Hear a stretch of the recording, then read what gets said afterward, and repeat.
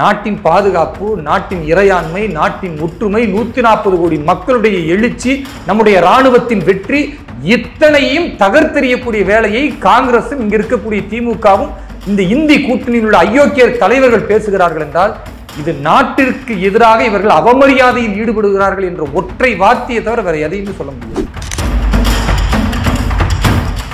நீதிக்கு எதிராக அநீதியை மட்டும் செய்யக்கூடிய இந்த அயோக்கியர்கள் தான் பாரதத்தினுடைய பாதுகாப்பை இன்றைக்கு கேள்விக்குறியாக்குற விஷயத்தை பேசுறாங்க. அறிவு கட்ட ராசா என்கிற பாராளுமன்றத்தின் படுமோசமான உறுப்பினர் என்று இன்றைக்கு எல்லாருமே பேசக்கூடிய அளவுக்கு இருக்கிற இந்த திமுகவுடைய உறுப்பினர் கடந்த கால காங்கிரஸ் ஆட்சி மாதிரி அறிக்கை வாயிலாக பாகிஸ்தான் இடத்துல இது நியாயமா, இது நேர்மையா, இப்படி தாக்கி இருக்கலாமா என்று அறிக்கைக்கு நாங்க சொல்லல, அடிச்சு பதிலடி கொடுத்திருக்கோம். பாகிஸ்தானை தாக்கு போகிறது அப்படின்னு அமெரிக்கா தான் பாரதத்துக்கு சொல்லணுமா அப்படின்னு பைத்தியக்காரத்தனமா கேட்கிறாரு. நாங்கள் எங்கே, எப்பொழுது, யாரை, எந்த இடத்தில் தாக்க போகிறோம்னு அமெரிக்க துணை அதிபருக்கு சொல்வதற்கு இதன காங்கிரஸ் ஆட்சியா? பாகிஸ்தானுக்கு கண்மூடித்தனமாக நீங்கள் ஆதரவு தெரிவிக்கிறீர்கள் என்றால் எந்த விதத்தில் நியாயம்? இது எப்படி மக்கள் ஏற்றுக்குவாங்க? கங்கை கொண்டான் என்பது நாங்கள் கங்கையை போல் சோழன் வெற்றி கொண்டான், ஆனா இங்கே கங்கை நீரை தான் பிரதமர் எடுத்துட்டு வரார்கள். இவங்க பிரிவினைவாதம் இதுதான். இந்த மாதிரி முட்டாள்தனமாக பேசுவாங்களா யாராவது? கங்கையை நாங்கள் வெற்றி கொள்வோம். கங்கையை வெற்றி கொள்வதற்கு இது என்ன பாகிஸ்தானா? கங்கையும் நம் பாரதத்தின் ஒரு பகுதி. அங்க போய் ஒரு பாராளுமன்றத்தில் உறுப்பினரா நின்று நீ வெற்றி பெறுவேன்னு சொன்னா கூட நியாயம் இருக்கு.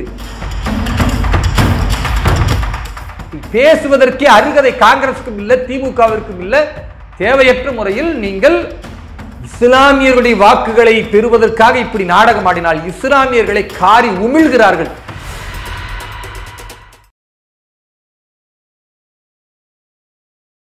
இளையபாரத நேயர்களுக்கு வணக்கம். இன்னைக்கு நம்ம நேர்காணல நம்ம சிறப்பு விருந்தினர் பாஜகவின் தேசிய செயலாளர் சிறுபான்மையினர் அணி வேலூர் இப்ராஹிம் சார் அவர்கள் தான். சார் வணக்கம் சார். வாழ்க வளமுடன். சார், இப்போ இந்த பாராளுமன்றத்தில் மிகப்பெரிய விவாதம் போயிட்டு இருக்கு சார். ஒன்று ஆப்ரேஷன் சிந்தூர் நாங்கள் எப்படி கண்டக்ட் பண்ணோம், என்னென்ன விஷயங்கள் நடந்ததுன்னு ஒரு பக்கம் பாஜகவினர் உண்மையை தரப்பு வச்சாலுமே கூட எதிர்த்தரப்பினர் இந்த மாதிரி நீங்கள் பல விஷயங்கள் தப்பு பண்ணிட்டீங்க இந்த விஷயத்தில் அப்படின்ட்டு. என் ராகுல் காந்தி பேசும்போதில் என்னோட ஐடியா மட்டும் வாங்கியிருந்தீங்க அப்படின்னா இந்த மாதிரி பல விமானங்கள் நம்ம காப்பாற்றிருக்கலாம் அப்படின்ட்டு. இன்னொரு பக்கம் கனிமொழி ஆகட்டும், ஆர்எஸ் ஆகட்டும், இந்த மாதிரி ஆப்போசிஷன் எல்லாருமே சேர்ந்து அட்டாக் பண்ணும்போது எப்படி பார்க்குறீங்க அந்த விஷயங்கள்லாம்? எதிர்கட்சிகளை பொறுத்த வரைக்கும் ஜனநாயக நாட்டில் ஆளுங்கட்சி எதிர்த்து பேசுவது என்பது அது வரவேற்கத்தக்கது, அதில் எந்த மாற்று கருத்தும் இல்லை. ஆனால் எதை பேசணும், எதில் ஒன்றுபட்ட கருத்து இருக்கணுன்ற ஒரு நீதி இருக்குது. நீதிக்கு எதிராக அநீதியை மட்டும் செய்யக்கூடிய இந்த அயோக்கியர்கள் தான் பாரதத்தினுடைய பாதுகாப்பை இன்றைக்கு கேள்விக்குறியாக்குற விஷயத்தை பேசுகிறாங்க. பெஹல்காமை பொறுத்த வரைக்கும் ஏப்ரல் 22 தீவிரவாதிகள் நடத்திய தாக்குதலுக்கு கரெக்டாக 3 மாதத்தில் எல்லா விஷயத்துக்கும் நாங்கள் முடிவு கட்டியிருக்கிறோம். மத்திய அரசு மிகப்பெரிய தாக்குதலை தீவிரவாதிகள் மீது நடத்தியிருக்கிறது. அதுவும் இலக்கை பார்த்து தாக்குதல் நடத்தியிருக்கு. இரண்டாவது, யார் இந்த தாக்குதலை நம்முடைய மண்ணில் நடத்தினார்களோ அவர்களை ஆபரேஷன் மகாதேவ் அப்படின்ற பெயரில் அந்த 3 தீவிரவாதிகளை இன்றைக்கு கொன்று ஒழித்திருக்கிறது. அது மட்டுமல்லாமல் 26 பெண்களின் சிந்தூர் என்று சொல்லக்கூடிய குங்குமத்தை அழித்த அந்த பாவிகளை அதே இரத்தக்கரையை கொண்டு இன்றைக்கு நாம காஷ்மீரில் இருந்து தாக்குவதை விட பாகிஸ்தானுக்கு உள்ளே போய் தாக்க முடியும் என்பதை நிதர்சனமாக காட்டியிருக்கிறோம். இத்தனை விஷயங்களை செய்ததற்கு உலக நாடுகள் இன்றைக்கு பாரதத்தை பார்த்து பெருமைப்படுகிறது. உலக நாடுகள் எல்லா நாடுகளும் இன்றைக்கு அங்கீகரித்திருக்கிறது 3 நாட்டை தவிர. இதெல்லாம் ஆதாரபூர்வமாக நம்ம சொல்றோம். இப்படிப்பட்ட அற்புதமான ஒரு வேலை நடந்து கொண்டு இருக்கும் பொழுது இதுக்கு ஒரு டிபேட்டு தேவையா, இதுக்கு ஒரு விவாதம் தேவையா என்ற கேள்விதான் முதல்ல வைக்கணுமே தவிர நாட்டின் பாதுகாப்பு, நாட்டின் இறையாண்மை, நாட்டின் ஒற்றுமை, 140 கோடி மக்களுடைய எழுச்சி, நம்முடைய இராணுவத்தின் வெற்றி, இத்தனையும் தகர்த்தெறியக்கூடிய வேலையை காங்கிரசும் இங்க இருக்கக்கூடிய திமுகவும் இந்த இந்தி கூட்டணியில் உள்ள அயோக்கிய தலைவர்கள் பேசுகிறார்கள் என்றால் இது நாட்டிற்கு எதிராக இவர்கள் அவமரியாதையில் ஈடுபடுகிறார்கள் என்ற ஒற்றை வார்த்தையை தவிர வேற எதையுமே சொல்ல முடியாது. அடிப்படையில் 2-3 விஷயங்களை நான் இங்க பகிர ஆசைப்படுறேன். முதலாவது, இந்த பெஹல்காம் தாக்குதல் நடத்திய உடனே அடுத்த நாளில் இருந்து இங்க இருக்கிற திமுகவும் காங்கிரசும் கம்யூனிஸ்டுகளும் கூக்குரலிட்டது என்ன? பாகிஸ்தானை ஏன் இன்னும் தாக்கல, ஏன் எதிரிகளை இன்னும் தாக்கல, இன்னும் நாம் பலவீனமா இருந்துக்கிறோமா, 56 இன்ச்சு கொண்ட பிரதமர்னு சொல்றீங்கள, இன்னும் கூட மௌனம் காக்கிறார், வெளிநாடுகளில் இருக்கிறார், போன இடத்துல தாக்குதல் நடந்த இடத்துல பிரதமர் போய் பார்க்கல, உள்துறை அமைச்சர் தான் பார்க்கிறாரு, இப்படியெல்லாம் பேசிக்கொண்டே இருந்தார்கள். 10 நாட்கள் இதையே பேசினாங்க. அப்ப இதை இப்படியே முடிச்சிடலான்னு பாக்குறீங்களா? என்றெல்லாம். ஆனால் பாரத பிரதமர் திரு நரேந்திர மோடி அவர்கள் பீகாரில் நடந்த கூட்டத்தில் மிக தெளிவாக ஒரு விஷயத்தை சொன்னாரு. எதிரிகளை நாங்கள் விடமாட்டோம். யார் இதை நிகழ்த்தினார்களோ அவர்கள் நினைத்து கூட பார்க்க முடியாத சேதத்தை நாங்கள் ஏற்படுத்துவோம் சொன்னார். அதை நிரூபித்து காட்டணும்னா இவங்க போடுகிற இந்த கூக்குரலுக்கு நாம் எந்தவித மதிப்பும் தராமல் எதிரிகள் தீவிரவாதிகள் எங்கே இருக்கிறார்கள், அவர்கள் எந்த முகாமிலிருந்து வந்திருக்கிறார்கள், எவ்வளவு காலம் எந்த இடத்தில் இருக்கிறார்கள் என்பதை தெரிந்து கொண்டு தாக்கினால்தான் அது தீவிரவாதிகளை அழிப்பதற்கு இயல்பான ஒரு காரியமாக இருக்குமே தவிர பொதுவாக நாம தாக்கணும்னு கண்ணை மூடிக்கிட்டு இந்த காங்கிரஸும் திமுக கயவர்களும் பேசுவதை நாம ஏற்றுக்கொண்டு திடீர் தாக்குதல் நடத்தின அப்பாவி மக்கள் உயிரிழந்து போவார்கள். பாரதத்தை பொறுத்த வரைக்கும் நாம் தர்மத்தின் அடிப்படையில் ஆட்சி செய்கிறோம். நாம் யுத்த களத்தில் கூட அப்பாவிகளை கொல்லக்கூடாது என்கிற ஒரு முடிவோடு இருக்கிறோம். நீங்க பார்த்தீர்கள் என்றால் மகாபாரதத்தில் இரவில் யுத்தம் செய்ய வேண்டும் என்று சொன்ன பொழுது கூட நாம் அது செய்யக்கூடாது, அது தர்மம் அல்ல என்று சொல்லுவதை நம்முடைய பாரம்பரியமாக கலாச்சாரமாக பின்பற்றக்கூடிய மண் இது. அப்படி இருக்கும் பொழுது இன்றைக்கு நாம் ஒரு தாக்குதல் தொடுக்கிறோம் அப்படின்னா அதுல பெண்கள் அல்லது அப்பாவிகள் குழந்தைகள் பாதித்து விடக்கூடாது. தீவிரவாதிகளாக எந்த பெண்கள் இருந்தாலோ ஆண்கள் இருந்தாலோ எந்த மதத்தினர் இருந்தாலோ அவர்கள் தாக்குதலுக்கு உள்ளாக்கப்பட வேண்டும் என்பதில் இங்கே யாருக்கும் மாற்று கருத்து இல்லை. அப்ப அதையெல்லாம் சேகரித்து இராணுவத்திற்கு முழுமையாக சுதந்திரத்தை தந்து பிரதமர் இந்த மாதிரி இதுக்கு முன்னால எந்த பிரதமரும் கொடுக்கல. பிரதமரே சொல்லுகிறார், நான் முழுமையான சுதந்திரத்தை இராணுவத்தினருக்கு தந்தேன், என்ன செய்யணும்னு நினைக்கிறீங்களோ அதை நீங்கள் செய்யுங்கள் என்று சொன்னதின் வாயிலாக நேரம் எடுத்து சரியான இலக்குகள் 9 தீவிரவாத முகாம்களை அழித்து மிகப்பெரிய அதிர்ச்சி உலக நாட்டுக்கு கொடுத்திருக்கிறாங்க. ஏதோ பாரதம்னா காஷ்மீர்ல இருந்து பக்கத்தில் இருக்க ஆக்கிரமிப்பு காஷ்மீர் உள்ள தீவிரவாதிகளை மட்டும் நாங்கள் சர்ஜிக்கல் ஸ்ட்ரைக் பண்ணுவோம், அதைத்தான் சாதனைன்னு பேசுவோம் என்பது அல்ல. 100 கிலோமீட்டர் தாண்டி இருக்கிற தீவிரவாதிகள் முகாமா இருக்கட்டும், திருப்பி தாக்க பாகிஸ்தான் ராணுவம் நுழைந்த பொழுது அந்த ராணுவத்திற்கு பதிலடி கொடுத்த இடமாக இருக்கட்டும், அல்லது 9 விமான நிலையங்கள் பாகிஸ்தானுடைய விமான நிலையங்களை அடித்து ஒழித்ததாக இருக்கட்டும், இன்றைக்கு வரைக்கும் அதை அவர்கள் சரி செய்ய முடியாமல் இருக்கிறார்கள் என்றால் அதற்கு காரணம் சரியான திட்டமிடல். யார் எதிர்த்தார்களோ எந்த தீவிரவாதிகளை ஒழிக்க வேண்டுமோ அதை நாங்கள் செயல்படுத்துவோம் என்பதில் மாற்று கருத்தில் அதை சாதித்திருக்கிறோம். இது மிகப்பெரிய வெற்றி. 26 அப்பாவிகள் உயிரிழந்ததற்கு பழி தீர்த்திருக்கிறோம். கடந்த கால காங்கிரஸ் ஆட்சி மாதிரி அறிக்கை வாயிலாக பாகிஸ்தான் இடத்துல இது நியாயமா, இது நேர்மையா, இப்படி தாக்கி இருக்கலாமா என்று அறிக்கைக்கு நாங்கள் சொல்லல, அடிச்சு பதிலடி கொடுத்திருக்கிறோம். இப்படி செய்ததை வரவேற்று இருக்கணும். எதிர்க்கட்சிகளாக இருக்கக்கூடிய ராகுல் காந்தியா இருக்கட்டும், திரு ஸ்டாலின் அவர்களாக இருக்கட்டும், வரவேற்று இருக்கணும். ஆனால் நாட்டுப்பற்று இல்லாத பிரிவினைவாதத்தை பேசக்கூடிய இந்த அயோக்கியர்கள் எல்லாம் என்ன பேசுறாங்க? பாராளுமன்றத்தில் இவருடைய கட்சியினர் என்ன பேசுறாங்க? அறிவுகட்ட ராசா என்கிற பாராளுமன்றத்தின் படுமோசமான உறுப்பினர் என்று இன்றைக்கு எல்லாருமே பேசக்கூடிய அளவுக்கு இருக்கிற இந்த திமுகவுடைய உறுப்பினர் ராசா சொல்றாரு, இங்க உளவுத்துறை இல்லையா, இங்க இல்லையா, இங்க ராணுவம் கிடையாதா? ஜேடி வான்சன் நம்ம அமெரிக்காவுடைய துணை அதிபர் வந்து சொல்லுகிறார், இங்க வந்து தாக்குதல் நடத்த போறாங்க பாகிஸ்தான் அப்படின்னு. அப்படி கேட்டுட்டு பிரதமர் என்ன சொல்லுகிறார்? நாங்கள் அதற்கான விலையை பதிலடி கொடுப்போம் அப்படின்னு சொல்றாரு. அப்போ பாகிஸ்தானை தாக்கு போகிறது அப்படின்னு அமெரிக்கா தான் பாரதத்துக்கு சொல்லணுமா அப்படின்னு பைத்தியக்காரத்தனமா கேட்கிறாரு. ஒரு துணை அதிபர் அப்படி பேசுனா நாங்க உள்வாங்கிக் கொள்வோமே தவிர நாங்கள் எங்கே எப்பொழுது யாரை எந்த இடத்தில் தாக்க போகிறோம்னு அமெரிக்க துணை அதிபருக்கு சொல்வதற்கு இதென்ன காங்கிரஸ் ஆட்சியா? அமெரிக்காவுடைய அதிபருக்கு மண்டியிடுவதற்கு இது என்ன மன்மோகன் சிங்கோ அல்லது ராஜீவ்காந்தியுடைய ஆட்சியா இல்ல திரு நேருடைய ஆட்சியா? கிடையாது. இது திரு நரேந்திர மோடியினுடைய நல்லாட்சி நடைபெற்றுக் கொண்டிருக்கிறது. நாங்கள் எங்கள் தேசத்தில் எதை முடிவு செய்கிறோமோ, யாரை தாக்க வேண்டும் என்று முடிவு செய்கிறோமோ, எந்த தீவிரவாத முகாம்களை அழிக்க வேண்டும் என்று முடிவு செய்கிறோமோ அதை அமெரிக்காவிற்கு சொல்ல வேண்டிய அவசியம் எங்களுக்கு கிடையாது. அமெரிக்காவுடைய துணை அதிபர் ஜேடி வான்சன் போன் பண்ணி இந்த மாதிரி பாகிஸ்தான் வந்து பெரிய தாக்குதல் நடத்த போகுது என்று சொன்ன பொழுது நாங்கள் எதிர்த்து எந்த விஷயத்தையும் சொல்லாமல் அப்படி செய்தால் பாகிஸ்தான் மிகப்பெரிய விலையை கொடுக்க வேண்டி இருக்கும் என்று சொன்னதோடு நிறுத்தி கொண்டதன் அர்த்தம் என்ன? உனக்கு நாங்க அதை சொல்ல மாட்டோம் எங்க அடிக்க போறோம்னு, அடிச்ச பிறகு அமெரிக்காவே தெரிந்து கொள்வாய். அதுதான் அதற்கான பதில். அதைத்தான் நாங்க செஞ்சிருக்கிறோமே தவிர அறிவுகட்ட ராசா மாதிரி பாராளுமன்ற உறுப்பினர் சொல்லிக்கிட்டு நம்முடைய இராணுவத்தினுடைய உழைப்பை, தியாகத்தை, அவருடைய உயிரை, அவருடைய மானத்தை எல்லாம் அசிங்கப்படுத்தும் விதமாக பாகிஸ்தானுக்கு காவடி தூக்கக்கூடியவர்கள் திமுகவில் பாராளுமன்ற உறுப்பினரை அனுப்பி வச்சுட்டு இன்றைக்கு திமுக அதை வெளியிடுகிறது. அவருடைய ஐடி விங்கிலிருந்து எல்லாத்திலையும் பார்த்தீர்களா, ஆராசா ரொம்ப செம்மையா பேசிட்டார். இந்த மாதிரி முட்டாள்தனமாக பேசுவாங்களா யாராவது? அசிங்கமா இல்லையா? சரி, திமுகவில் ராசா இப்படி பேசுறாருன்னா கனிமொழி அவர்கள் பேசுகிறார். அவங்க என்ன சொல்றாங்க, நீங்கள் தேசப்பற்றை பற்றி எங்களுக்கு சொல்லித் தராதீர்கள், உங்களுக்குத்தான் தேசப்பற்றை சொல்லித்தரோம். பாகிஸ்தானுக்கு குரல் கொடுக்கக்கூடிய நீங்கள் பயங்கரவாதிகளுக்கு தாக்குதல் நடத்துவதன் பொழுது அந்த நேரத்தில் தாக்குதல் நடத்த வேண்டும் என்று சொல்லிவிட்டு தாக்குதல் நடத்திய பிறகு எதையும் பேசாமல் பாகிஸ்தானுக்கு கண்மூடித்தனமாக நீங்கள் ஆதரவு தெரிவிக்கிறீர்கள் என்றால் எந்த விதத்தில் நியாயம்? இது எப்படி மக்கள் ஏற்றுக்குவாங்க? திரு கனிமொழி அவர்கள் சொல்கிறார், கங்கை கொண்ட சோழன் என்று சொல்லக்கூடிய அளவிற்கு இருக்கிறது. கங்கை கொண்டான் என்பது நாங்கள் கங்கையை போல் சோழன் வெற்றி கொண்டான், ஆனா இங்கே கங்கை நீரை தான் பிரதமர் எடுத்துட்டு வரார்கள். இவங்க பிரிவினைவாதம் இதுதான். இங்க இருக்கக்கூடிய சோழ மன்னன் கங்கையை வெற்றி கொண்டான் என்றால் அது தமிழனின் வெற்றி என்று இவர்கள் பிரிவினைவாதம் பேசுகிறார்கள். நாங்கள் சொல்லுகிறோம், இந்த தேசத்தில் கங்கையும் காவேரியும் வித்தியாசம் அல்ல, இது அனைத்துமே இந்த தேசத்தின் ஒன்றுபட்ட ஒரு ஜீவா நதி, ஒன்றுபட்ட ஒரு மதிப்பிற்குரிய மதிக்கக்கூடிய வணங்கக்கூடிய அளவிற்கு இந்த மக்கள் இருக்கிறார்கள். பிரிவினை பார்க்கல. ஆனா நீங்க என்ன பேசுறீங்க? கங்கையை நாங்கள் வெற்றி கொள்வோம். கங்கையை வெற்றி கொள்வதற்கு இது என்ன பாகிஸ்தானா? கங்கையும் நம் பாரதத்தின் ஒரு பகுதி.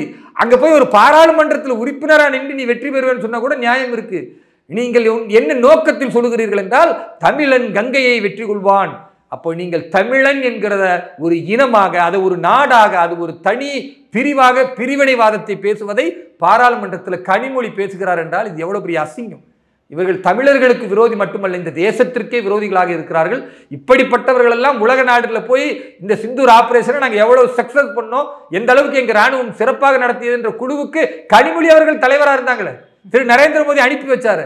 அந்த நன்றி உணர்வு கூட இல்லாமல் இன்றைக்கு பாராளுமன்றத்தில் திமுகவின் உறுப்பினராக என்று பேசுகிறார் என்றால் இவர்களுக்கு தேசத்தை பற்றியும் அக்கறை அல்ல, இந்த தேசத்தினுடைய முன்னேற்றத்தை பற்றியும் அக்கறை இல்லை என்பது ரொம்ப தெளிவாக தெரியுது.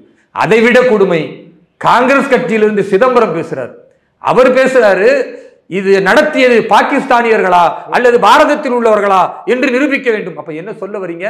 பாகிஸ்தான் செய்யல, பாகிஸ்தான் ஒரு நல்ல நாடு, தேவையில்லாமல் பாரதம் போய் அவர்கள் மீது போர் தொடுத்து விட்டது, அப்பாவி தீவிரவாதிகளை கொண்டொழித்து விட்டீர்கள் என்று மறைமுகமாக பாகிஸ்தானிய பயங்கரவாதிகளுக்கு காவடி தூக்கக்கூடிய கேவலமான வேலையை சிதம்பரம் செய்கிறார். இவர் யார்? இவர் மத்திய உள்துறை அமைச்சராக முன்னால் இருந்தவர். நாட்டின் பாதுகாப்பை மிகப்பெரிய அளவிற்கு காப்பாற்றுவதில் முனைப்பாக இருந்த ஒரு நபர் இப்படி பேசலாமா? எதிர்க்கட்சியா இருந்தாலும் இப்படி வாய் வரலாமா? பாராட்ட வேண்டும். இல்லை என்றால் குறைந்தபட்சம் அமைதி காத்திருக்கணும். ஆனா திரு அமித்ஷா அவர்கள் ஆதாரப்பூர்வமா பாகிஸ்தானுடைய சாக்லேட்டுகள் சாப்பிட்டது ஆதாரம், பாகிஸ்தானுடைய ஆயுதங்கள், பாகிஸ்தானுடைய துப்பாக்கி குண்டுகள், அவர்கள் கையில் இருக்கக்கூடிய ஓட்டர் ஐடி, இத்தனையும் ஆதாரம் கட்டி இவன் அத்தனை பேரும் பாகிஸ்தான்ல இருந்து வந்திருக்கிறான். ஆனால் வருத்தம் என்னவென்றால் பாகிஸ்தானை பாதுகாப்பதற்கு பாரதத்தினுடைய முன்னாள் நிதியமைச்சராக, உள்துறை அமைச்சராக, பாதுகாப்புத்துறை அமைச்சராக இருந்த சிதம்பரம் போன்ற காங்கிரஸ்காரர்கள் இன்றைக்கு பேசுகிறார்கள் என்றால் இதைத்தான் நேருவும் பேசினார். அதனாலதான் இந்த காங்கிரஸ் ஆட்சியில் 1971 பாரதத்தின் ராணுவ வீரர்கள் பிவேக்குன்னு சொல்லக்கூடிய ஆக்கிரமிப்பு காஷ்மீரை நாம கையில் எடுத்த பொழுது கூட திரும்பி அவர்களிடத்துல 15,000 சதுர பரப்பளவு உள்ள கிலோமீட்டர்களை கொடுத்த அந்த நிலையை நாம மறந்துவிட முடியாது. இந்த தேசத்தின் மண்ணை தூக்கி பாகிஸ்தானுக்கு கொடுத்ததுல நேரு எப்படி முதன்மையாக இருந்தாரோ, 1962 சீன தேசத்திற்காக 35,000 சதுர பரப்பளவு கிலோமீட்டர் இதே நேரு எப்படி போய் கொடுத்தாரோ அந்த வரலாற்றில் தானே நீங்க காங்கிரஸ் வந்தீங்க. அதுல தானே சிதம்பரம் வந்திருக்கிறாரு. அதனாலதான் பாகிஸ்தான் செய்ததற்கு இன்றைக்கு நியாயப்படுத்துகிறார். பாரதத்தில் உள்ள 140 கோடி மக்களும் காங்கிரஸ் பேசக்கூடியதை, கனிமொழி பேசக்கூடியதை, ராசா போன்ற அடிமுட்டால் பேசக்கூடியதை பார்த்து கொண்டிருக்கிறார்கள். எங்களுக்கு தெரியும் இந்த தேசத்தை பாதுகாக்க, 140 கோடி மக்களின் உயிர்களை பாதுகாக்க 7,240 உயிர்கள், அத்தனை தாக்குதல்கள் உங்களுடைய திமுக ஆட்சியில காங்கிரஸ் கூட்டணியில் இருந்த பொழுது 10 ஆண்டு காலத்தில் காங்கிரஸ் ஆட்சியில் நடந்தது. அது இன்றைக்கு குறைக்கப்பட்டு 2011 தாக்குதல் என்று குறைக்கப்பட்டு இந்த 10-11 ஆண்டுகள்ல பாதுகாப்பாக இருக்கிறது என்றால் 75% தீவிரவாத தாக்குதலை முற்றிலுமாக நாங்கள் நிறுத்தி இருக்கிறோம். அது மட்டுமல்ல, உங்களுடைய காலத்தில் டைகர் மேமன்ல இருந்து, தாவூத் இப்ராஹிம்ல இருந்து, பட்கல்ல இருந்து அத்தனை பேரும் இங்கே தீவிரவாதத்தை செய்துவிட்டு எல்லோரும் வெளியே ஓடி போனார்கள். பாதுகாப்பாக இந்த காங்கிரஸ் ஆட்சி அனுப்பி வைத்தது. எந்த தீவிரவாதியும் இன்றைக்கு வரைக்கும் பிடிக்க முடியல. ஆனால் நீங்கள் விட்ட தீவிரவாதிகளையும் பெஹல்காமில் கொன்றொழித்த தீவிரவாதிகளையும் சேர்த்து இன்றைக்கு நாங்கள் கொண்டு ஒழித்திருக்கிறோம். இன்றைக்கு வரை 60க்கும் மேற்பட்ட தீவிரவாதிகளை, இந்த பாரதத்தில் தாக்குதல் நடத்தியவர்களை தேடி தேடி அழித்திருக்கிறது பாரதத்துடைய இராணுவம் என்றால் அதற்கு காரணம் திரு நரேந்திர மோடி என்கிற ஒரு தைரியமான, நேர்மை கொண்ட, உன்னதமான இந்த பாரதத்தின் பண்பாட்டை மதிக்கிற ஒரு தலைவன் நாட்டின் பிரதமராக இருக்கிறார். பேசுவதற்கே அருகதை காங்கிரசுக்கும் இல்லை, திமுகவிற்கும் இல்லை. தேவையற்ற முறையில் நீங்கள் இஸ்லாமியர்களுடைய வாக்குகளை பெறுவதற்காக இப்படி நாடகம் ஆடினால் இஸ்லாமியர்களை காரி உமிழ்கிறார்கள். பாகிஸ்தானுக்கு நீங்கள் ஆதரவாக பேசுவதால் இங்க இருக்கக்கூடிய இஸ்லாமியர்கள் திமுகவையோ காங்கிரஸை நேசிக்க மாட்டார்கள். ஒரு மதத்தினர் என்பதற்காக அவன் எங்கு எந்த தவறு செய்தாலும் அந்த மதத்தில் உள்ளதால் இன்னொரு நாட்டில் உள்ளவன் ஏற்கணும் என்ற கவலை இருக்கா?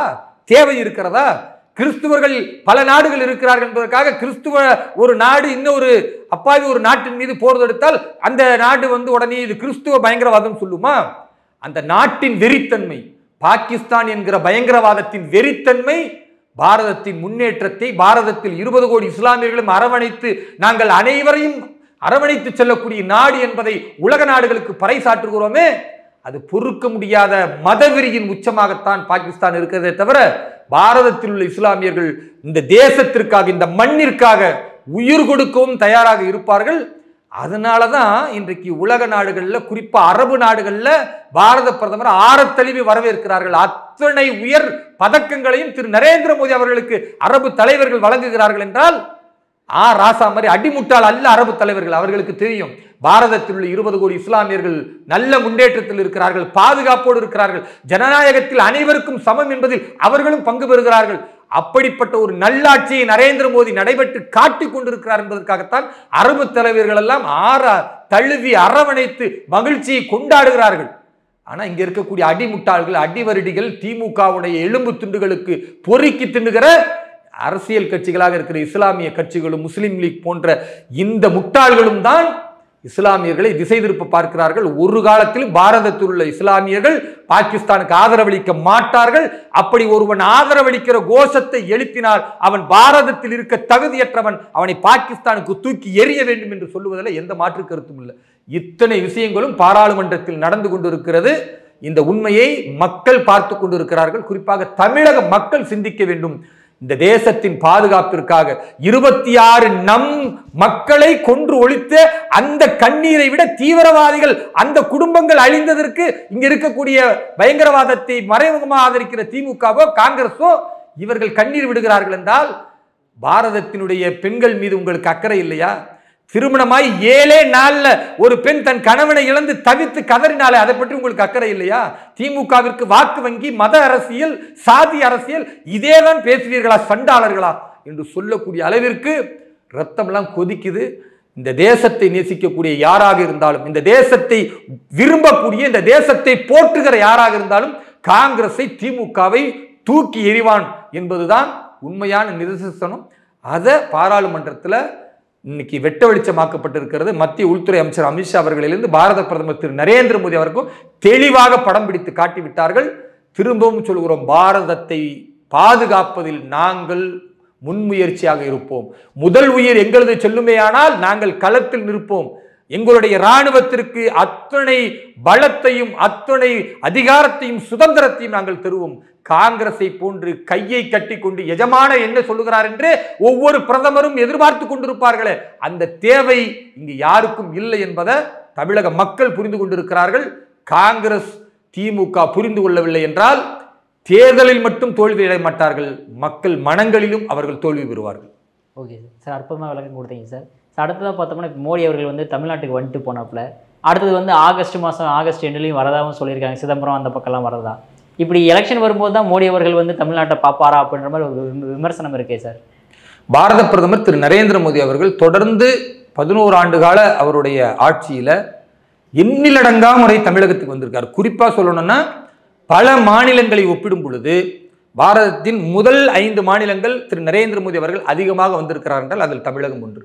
அந்த அளவிற்கு தமிழகத்தின் மீது அக்கறை கொண்டு தமிழகத்தின் முன்னேற்றத்திற்காக, தமிழகத்தில் மதவெறி, சாதிய வெறியை ஊட்டுகிற திமுக போன்ற அழிவு சக்திகளிடத்திலிருந்து மக்களை காப்பதற்காக, தமிழக மக்களின் வளர்ச்சிக்காக, தமிழக மக்களின் முன்னேற்றத்திற்காக இளைஞர்களுடைய எதிர்கால வாழ்க்கை சிறப்பாக இருக்க வேண்டும் என்பதற்காக தேசப்பற்றுள்ள மக்களாக இந்த 8 கோடி மக்கள் மிகச்சிறந்த முன்னேற்றம் வர வேண்டும். இவர்கள் தேசத்திற்கு எதிராகவும் சாதியத்திற்கு எதிராகவும் இன மொழி வெறியை உருவாக்கக்கூடிய ஐயோக்கியர்களை விரட்ட வேண்டும் என்பதற்கு திரு நரேந்திர மோடி அவர்கள் மிகச்சிறப்பாக கடந்த காலத்திலும் வந்து பேசியிருக்கிறார், உழைத்திருக்கிறார். அவருடைய உழைப்பு தொடரும். 2026 வரை இன்னும் அதிகமாக திரு நரேந்திர மோடி அவர்கள் வருவார். தேர்தலுக்காக வருகிறார் என்று நீங்கள் சொன்னாலும் சொல்லிக் கொள்ளுங்கள். நிச்சயமாக தேர்தலில் வெற்றி பெற வேண்டும் என்றால் திரு நரேந்திர மோடி அவர்கள் தமிழக மக்களின் மனங்களை கவர வேண்டும். தமிழக மக்கள் திரு நரேந்திர மோடி அவர்களுடைய எண்ணங்களை இன்னும் முழுமையாக புரிந்து கொள்ள வேண்டும் என்றால் நிச்சயமாக அவருடைய வருகை தேவைப்படுகிறது. பாரதிய ஜனதா கட்சி அவரை வரவேற்கும், தமிழக மக்கள் வரவேற்பார்கள். இன்றைக்கு நம்முடைய கலாச்சாரத்தை மீட்டெடுத்திருக்கிறோம். 1000 ஆண்டுகளின் பெருமைமிக்க ராஜராஜ சோழனுடைய அந்த அரசியல், அந்த ஆன்மீகம், அந்த ஆளுமை, உலக நாடுகளுக்கெல்லாம் சொல்லிக் கொடுக்கக்கூடிய கட்டிடக்கலை, இவை அத்தனையும் திரு நரேந்திர மோடி அவர்கள் கங்கை கொண்டு சோழபுரம் வந்த உடனேயே அத்தனை நாடுகளும் பார்க்கிறது. யுனெஸ்கோ அங்கீகரித்தது என்பதை தாண்டி இன்றைக்கு திரு நரேந்திர மோடி என்கிற ஒரு மாமனிதன் வரும் பொழுது உலகம் முழுக்க பார்க்கிறது. கங்கை கொண்டு சோழபுரம் என்றால் இத்தனை வரலாற்று அதிசயங்கள் கொண்ட ஒரு நகரமாது என்று. அதனால அப்படிப்பட்ட ஒரு மாபெரும் தமிழர்களினுடைய எழுச்சியை, புரட்சியை, தமிழர்களுடைய வாழ்வியலை, தமிழர்களுடைய கலாச்சாரத்தை, தமிழர்களுடைய பண்பாட்டை, பாரதத்தினுடைய மூத்த மொழி தமிழ் மொழி என்பதை பாரத பிரதமர் திரு நரேந்திர மோடி உலகிற்கு பறைசாற்றக்கூடிய ஒரு செயலைத்தான் கங்கை கொண்டு சோழபுரத்தில் செய்திருக்கிறார். கனிமொழி பேசுவது போன்று கங்கையை மட்டும் தமிழன் வெற்றி பெறவில்லை, தமிழர்கள் என்பவர்கள் பாரதத்தினுடைய எண்ணங்களையும் ஒன்று சேர்த்து வெற்றி பெற்றிருக்கிறார்கள். தமிழர் வேறு, பிற மக்கள் வேறு என்று நாங்கள் பார்ப்பதல்ல. நாங்கள் அனைவரும் பாரதியர்கள், பாரத தாயின் பிள்ளைகள் என்று பார்க்கிறோம். அதனாலதான் கங்கையிலிருந்து நீர் எடுத்து வந்து கங்கை கொண்ட சோழபுரத்திற்கு திரு நரேந்திர மோடி வருகிறார் என்றால் இது நம்முடைய உன்னதமான பாரம்பரியத்தையும் கலாச்சாரத்தையும் போற்றக்கூடிய செயல். இந்த செயல் தொடரும். அதை திமுக பயந்தாலும், வெறுத்தாலும், எதிர்த்தாலும், பொய் பிரச்சாரம் செய்தாலும் நாங்கள் நிச்சயமாக எங்களுடைய பாரம்பரியத்தை மீட்டெடுப்பதில் பின்வாங்க மாட்டோம். இன்றைக்கு இருக்கக்கூடிய திமுக ஆட்சி எந்த அளவிற்கு மோசமாக இருக்கிறது. பெண்களுக்கு பாதுகாப்பு இல்லை, கற்பழிப்புகள், கொலைகள், கொள்ளைகள், இதையெல்லாம் மறைக்கிறதுக்கு தான் நீங்க திமுக ஐடி அணியை வைத்துக்கொண்டு தவறான பிரச்சாரத்தை பாரத பிரதமருக்கு எதிராக, பாரதத்தின் இறையாண்மைக்கு எதிராக நீங்கள் பேசுகிறீர்கள். நிச்சயமாக இதற்கு 2026 பதில் சொல்லியே ஆக வேண்டும். தமிழக மக்கள் உங்களுக்கு பதிலடி தருவார்கள். சார், அற்புதமான கருத்துக்களை இளைய பாரதம் பகிர்ந்ததற்கு மிக்க நன்றி சார். நன்றி, வாழ்த்துக்கள்.